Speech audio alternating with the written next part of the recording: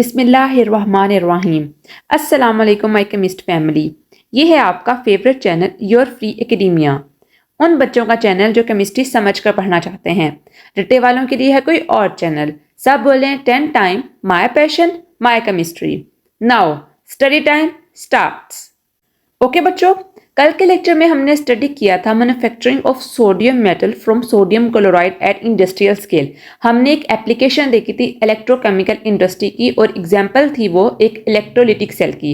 आज हम second type of cell देखेंगे जिसका नाम है नेल्सन सेल। तो बच्चों, लेक्चर स्टार्ट करने से पहले मैं आप सबसे रिक्वेस्ट करती हूँ कि वीडियो को लाइक करें, एक अच्छे सा कमेंट करें, चैनल को लाजमी सब्सक्राइब करें और बेल आइकन को भी प्रेस करें ताकि नए आने वाली वीडियो अब तक फौरन पहुंच जाए। ओके बच्चों, आज हम सिंथेसाइज करेंगे और देखेंगे प्रोसेस के हम इंडस्ट्रियल स्केल के ऊपर caustic soda means sodium hydroxide को कैसे सिंथेसाइज कर सकते हैं। NaOH, इसको हम इंडस्ट्रियली कैसे सिंथेसाइज कर सकते हैं, इसका हम पूरा प्रोसेस देखेंगे। कॉस्टिक सोडा को बेसिकली सिंथेसाइज किया जाता है एक सेल के अंदर जिसको कहा जाता है Nelson cell. It is also type of electrolytic cell, no doubt. और इसके अंदर भी एक नॉन स्पॉन्टेनियस केमिकल रिएक्शन होता है। सोडियम हाइड्रोक्साइड को हम बनाते हैं एक सोल्यूशन या एक इलेक्ट्रोलाइट स्पेसिफिक होता है जिसको कहा जाता है brine solution. Brine solution basically mixture होता है सोडियम क्लोराइड का और वाटर का, या आप इसको ऐसे भी कह सकते हो aqueous solution of NaCl is called brine solution. NaCl को जब भी आप वाटर के साथ मिक्सअप करते हो तो हमारे पास एक ब्राइन सोल्यूशन बनता है। या इसके अलावा आप ये भी कह सकते हो कि कोई भी आपके पास सॉल्ट हो तो उसको आप वाटर के अंदर मिक्स करो तो आपके पास एक ब्राइन सोल्यूशन बनेगा। लेकिन यहां पर हम सिंथेसाइज कर रहे हैं sodium hydroxide means caustic soda industrial scale के ऊपर, तो यहां पर हम देख रहे हैं सोडियम क्लोराइड को वाटर के साथ। ओके बच्चों, जैसे मैंने आपको पहले बताया कि आज हमने सिंथेसाइज करना है सोडियम हाइड्रोक्साइड को ब्राइन सोल्यूशन से, और इसको हम सिंथेसाइज करेंगे किसके अंदर, नेल्सन सेल के अंदर। इसके अंदर भी सेम आपके पास एक ग्रेफाइट एनोड होता है, आयरन कैथोड होता है, एक इलेक्ट्रिकल बैटरी भी होती है। यहां से इलेक्ट्रिकल करंट जो होता है वो फ्लो करता है और इलेक्ट्रोलिसिस के अंदर हेल्प करता है। एक इलेक्ट्रोलाइट का सॉल्यूशन ऑलरेडी प्रेजेंट होता है जिसको हम कहते हैं ब्राइन सॉल्यूशन।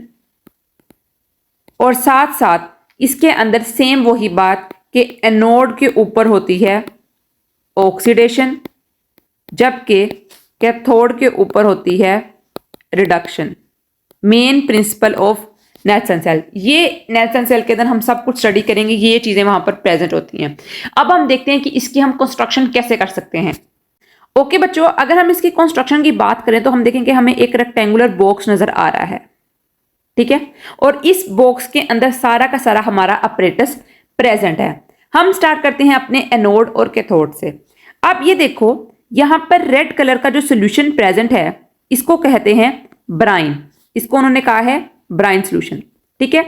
और इसके साथ साथ आप देख रहे हो कि ये ब्लैक कलर की लेयरिंग के साथ जिसके दरमियान ब्रेक्स लगी हुई हैं उसको उन्होंने कहा है आयरन कैथोड, और स्पेसिफिकली परफोरेटेड आयरन कैथोड।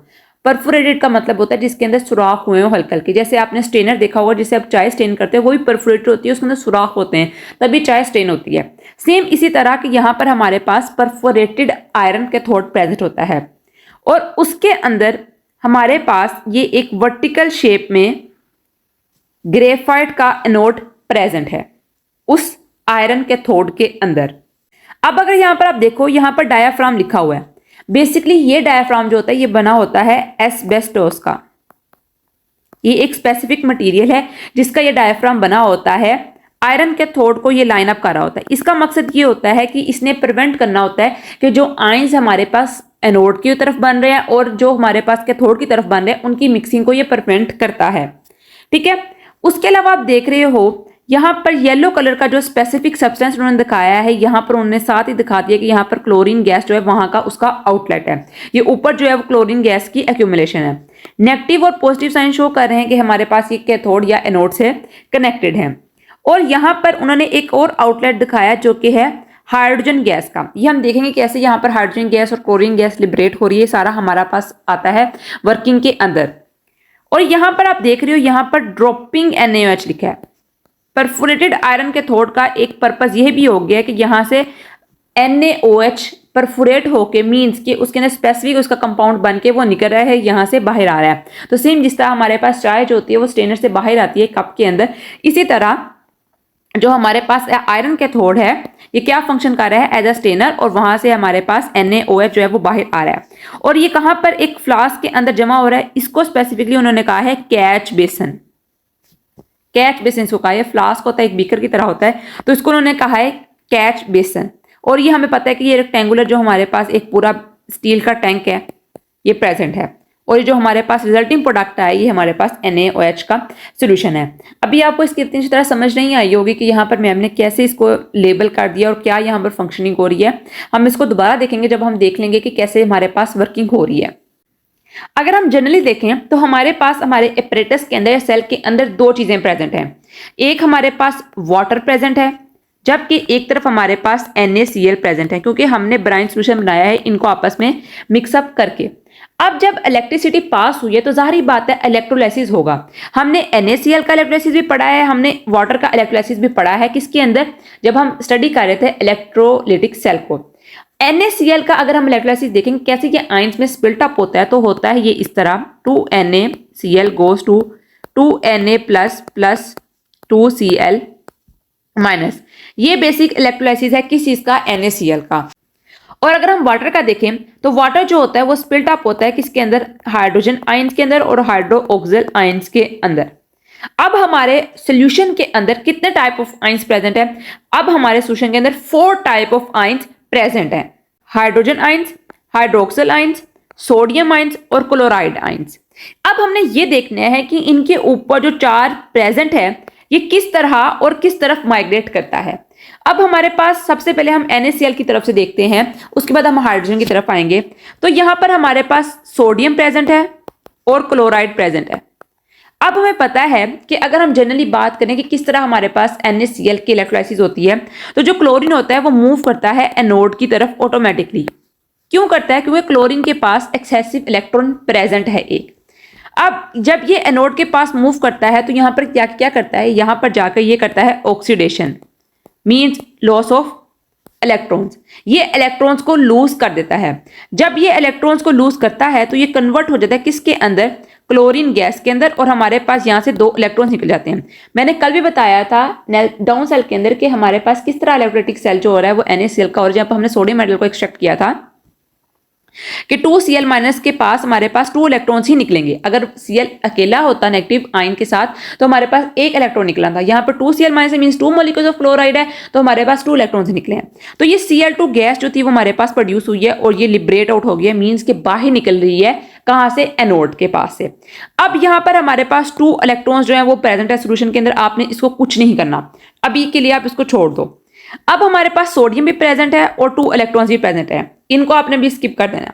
अब अगर हम दूसरी तरफ आए वाटर की तरफ, तो वाटर के अंदर क्या हो रहा है, जो अब हाइड्रोजन आयंस हैं ये कहां जाएंगे, हाइड्रोजन आयंस जाएंगे कैथोड की तरफ, क्योंकि इनको तो इलेक्ट्रॉन्स चाहिए, इन्होंने अपना ऑक्टेट कंप्लीट करना है। H पॉजिटिव से मुराद क्या है कि इनके पास डेफिशिएंसी है इलेक्ट्रॉन्स की।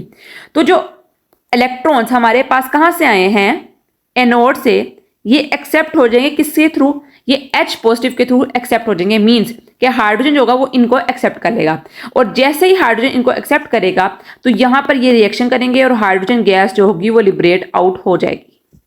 अब हमारे पास सोल्यूशन के अंदर क्या प्रेजेंट है, अब सिर्फ हमारे पास सोल्यूशन के अंदर जो चीजें प्रेजेंट हैं, जिसके अंदर हमारे पास है sodium ions plus hydroxyl ions. अब ये आपस में रिएक्शन करेंगे, हाइड्रोजन गैस भी लिबरेट हो गई है, क्लोराइड गैस भी, क्लोरीन गैस भी लिबरेट हो चुकी है।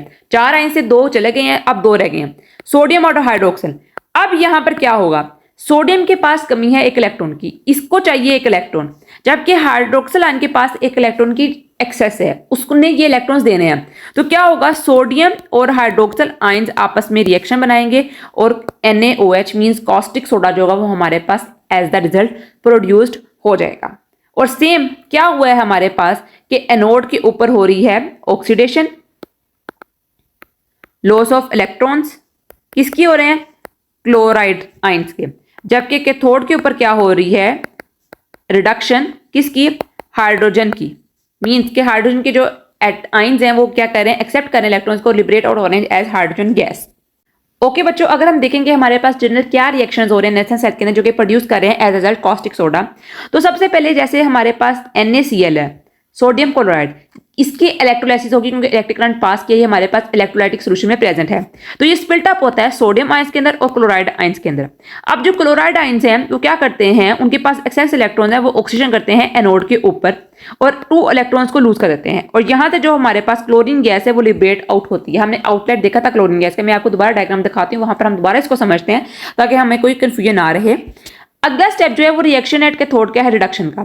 यहां पर हमने सिर्फ एक लाइन लिखी हुई है रिएक्शन की, 4OH negative goes to 2H2O, O2 plus 4 negative. बच्चों यहां पर मैं आपको यही प्रेफर करूंगी कि आप यहां पर पूरा मेथड लिखो इलेक्ट्रोलाइसिस ऑफ वाटर का, कि किस तरह वाटर जो है पहले हमारे पास स्प्लिट अप होता है हाइड्रोजन और हाइड्रोक्सिल आयंस के अंदर। ये लिखने की कोई जरूरत नहीं है कि इसका रिएक्शन हो रहा है एनोड और कैथोड के ऊपर, इतने डिटेल में जाने की कोई जरूरत नहीं है। सिर्फ हम लिखना है कि हाइड्रोजन और हाइड्रोक्सिल आयंस के अंदर स्प्लिट अप हो रहा है, और उसके बाद किस तरह जो हाइड्रोजन आयंस हैं वो जाते हैं हमारे पास किसके पास, कैथोड की तरफ, और इसके अलावा ओवरऑल रिएक्शन लिखने की भी कोई जरूरत नहीं है। अब यहाँ पर देखो, यहाँ पर उन्होंने एक पार्ट उन्होंने बताया है इसलिए क्योंकि यहाँ पर हमें OH नेगेटिव आयंस ही चाहिए। उन्होंने इसको चीज को स्किप कर दिया कि जो हाइड्रोजन आयंस हैं वो किस तरह एक्सेप्ट करें इलेक्ट्रॉन को और लिबरेट हो रहे हैं एज हाइड्रोजन गैस। अब हमें पता है कि यहाँ पर हमारे पास सोडियम आयंस भी रह गए हैं और यहाँ पर हमारे पास हाइड्रोक्सिल आयंस भी आ गए, क्योंकि मैंने आपको बताया कि जो एक स्टेप है उन्होंने मिस किया हुआ है। यहाँ पर उन्होंने बताया नहीं कि हाइड्रोजन जो है हाइड्रोजन आयंस वो कैसे एक्सेप्ट कर रहे हैं हमारे पास इलेक्ट्रॉन और लिबरेट आउट हो रहे हैं किस तरह, एक हाइड्रोजन गैस की तरह। तो हमारे पास 2 ही चीजें तो रह गई हैं सोल्यूशन के अंदर, एक सोडियम आयंस और हाइड्रोक्सिल आयंस। अब वो क्या करेंगे, वो आपस में रिएक्शन करेंगे सोडियम आयंस और हाइड्रोक्सिल आयंस और बनाएंगे सोडियम हाइड्रोक्साइड। अगर हम ओवरऑल रिएक्शन की बात करें कि ओवरऑल रिएक्शन हमारे पास कैसे प्रोसीड करता है एक नेल्सन सेल के अंदर, तो देखो बच्चों सबसे पहले रिएक्टेंट साइड देखो 2NaCl और उसके बाद 2H2O। उन्होंने 2H2 इसलिए लिखा है क्योंकि अगर हम देखें हमने ओवरऑल रिएक्शन देखा था वाटर इलेक्ट्रोलाइसिस का, सबसे एंड पर जो हमने रिएक्शन देखा था वो यही था कि 2H2O स्प्लिट अप होता है H2 के अंदर और O2 के अंदर। अब सिर्फ हमने वही चीजें लिखनी है जो हमारे पास एज द रिजल्ट प्रोडक्ट में आई हैं, हमने वो चीजें नहीं लिखनी कि जो हमारे पास प्रोडक्ट में आई ही नहीं है। अब यहाँ पर 2NaCl 2H2 का रिएक्शन हुआ है, जाहिर बात है एक ब्राइन सॉल्यूशन हमारे पास प्रेजेंट था, यहाँ से H2 गैस भी लिबरेट हुई है, क्लोराइड गैस भी लिबरेट आउट हुई है और सोडियम हाइड्रोक्साइड जो हमारे पास एक्व सॉल्यूशन है हमारे पास कॉस्टिक सोडा का, वो हमारे पास ऑब्टेन्ड हुआ है जिसको हमने प्रिपेयर करना था और ये हमारे पास रिक्वायर्ड प्रोडक्ट है। तो देखो बच्चों यहाँ पर प्रेजेंट है हमारे पास ब्राइन सॉल्यूशन। इलेक्ट्रिक करंट जैसे ही आया हमारे पास क्या हुआ है कि जो सोडियम क्लोराइड था वो हमारे पास आयनाइज्ड हो गया सोडियम और क्लोराइड आयंस के अंदर।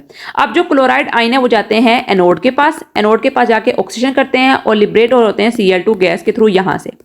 सेम अब यहाँ पर क्या हो रहा है, जो कैथोड है वहां पर हाइड्रोजन आयंस प्रेजेंट है क्योंकि यहाँ पर इलेक्ट्रिसिटी हो रही है किसकी, वाटर की। अब वो जो 2 इलेक्ट्रॉन्स क्लोराइड ने लूज किए हैं उसको एक्सेप्ट करते हैं और लिबरेट होते हैं यहाँ से एज हाइड्रोजन गैस, ठीक है। और उसके बाद हमारे पास रिएक्शन में क्या बन गया, सोडियम आयंस और हाइड्रोक्सिल आयंस, और ये आपस में कंबाइन करते हैं रिएक्शन करते हैं तो हमारे पास ड्रॉपिंग NaOH या फिर NaOH का सॉल्यूशन हमारे पास ऑब्टेन्ड हो जाता है। ओके बच्चों, ये था basically Nelson cell type of electrolytic cell जिसके अंदर हमने स्टडी किया कि किस तरह हम इंडस्ट्रियल स्केल के ऊपर इलेक्ट्रोकेमिकल सेल्स को यूज करके हम कॉस्टिक सोडा बना सकते हैं, किसके थ्रू, ब्राइन सॉल्यूशन के थ्रू। आज के लिए इतना ही। आई होप सो कि आपको आज अच्छी तरह समझ आई होगी। मैंने अपने से पूरी कोशिश की कि मैं आपको ईजीएस्ट और सिंपलेस्ट वे में समझाऊं ताकि आपको किसी और जगह जाने की जरूरत ना पड़े। तो बच्चों कल मिलते हैं एक नई वीडियो के साथ, तब तक के लिए फी अमानिल्लाह।